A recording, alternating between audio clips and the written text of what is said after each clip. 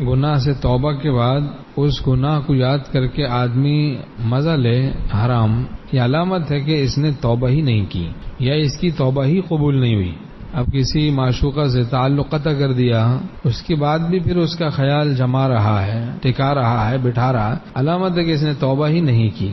دل کی حفاظت کے لیے ضروری ہے جو چیز باطن کے لیے مضر ہے یکسوئی برباد کرتی ہے، غفلت میں مبتلا کرتی ہے، جو چیز ہمارے دل کو غافل کرتی، نہ اس کو دیکھے، نہ اس کو سنے، نہ اس کا ذکر کرے، نہ اس کو سوچے، نہ اس کو دیکھے، نہ سنے، نہ ذکر کرے، نہ سوچے۔ آسان سے الفاظ ہیں، انشاءاللہ عمل کریں گے تو بہت فائدہ ہوگا۔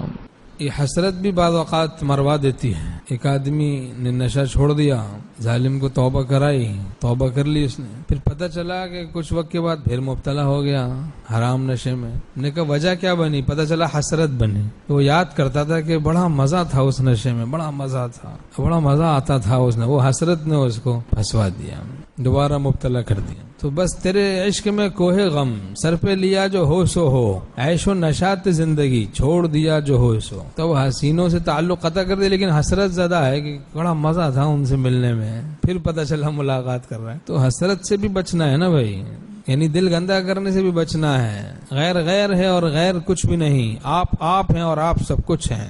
تذکرہ سو بھی سو ہے، برائی کا ذکر بھی برا ہے، لیکن نصیحت کے لیے، کبھی بتانے کے لیے کہ بھائی ہوشیار رہنا چاہیے، ڈرنا چاہیے اللہ سے، حسب ضرورت ذکر کر دیا جائے تو اس میں کوئی بات نہیں، ورنہ تذکرہ سو بھی سو، آپس میں بے حیائی کا مذاکرہ کہ بھائی فلاں جگہ یہ بے حیائی ہو رہی ہے، فلاں جگہ یہ بے حیائی ہو رہی ہے، محض مذاکرہ اس لیے بعض اوقات بری صحبت میں کیا جاتا ہے تاکہ حرام لذتیں حاصل ہوں، دل میں حرام مزے آئیں، جبکہ اس کا اصلاح کے ساتھ کوئی تعلق نہیں۔ تو اس سے بچنا ہے، نہ کوئی غیر آ جائے، نہ کوئی راہ پا جائے، حریم دل کا احمد اپنے ہر دم پاس باں ہے نا۔